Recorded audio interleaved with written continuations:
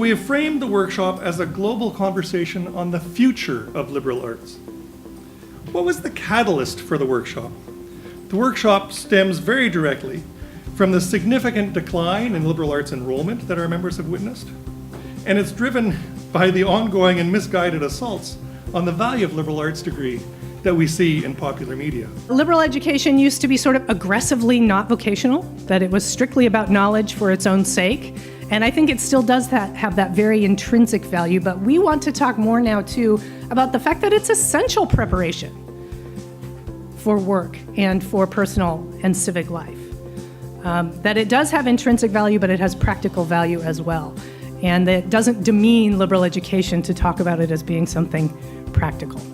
Look at business, and then look at health, social sciences, and even humanities. They're not separated by more than about $10,000. Does the average person in this world know that your average business student, 13 years out, makes just a tad more than the average humanities graduate? My basic premise should be that every student going to our universities should be learning how to do research. That should be the central learning outcome.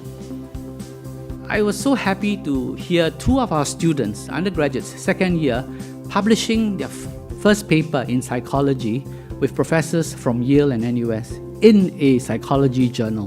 Now, those are the kinds of outcomes that we are trying to achieve amongst our undergraduates. I think that what has happened over the years is that we still have not addressed some of the key issues around Indigenous knowledges, the respect for it, as well as to how do we help other non-Indigenous faculty members begin to embrace Indigenization as a part of their work. I am suggesting that we make room for experimentation, for what might emerge, so that we can do careful research and close analysis, but also do a distant reading of vast data sets, so that we can do text and write in the way that we have for millennia.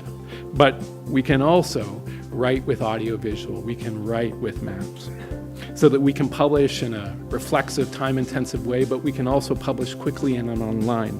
You have to come up with a good story about why the liberal arts, the social sciences and humanities are important.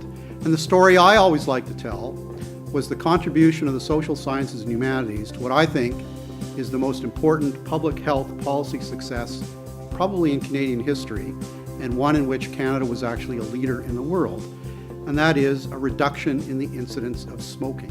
What we had to do was persuade people to engage in a massive change of behavior. That's why we reduced the incidence of smoking. And how did that happen? It happened largely through regulation, taxation, and communication. And all of those strategies, the regulatory schemes, the taxation schemes, the communication schemes, just look at those nice pictures on your packs of cigarettes, all of those were driven by disciplines in the social sciences and humanities.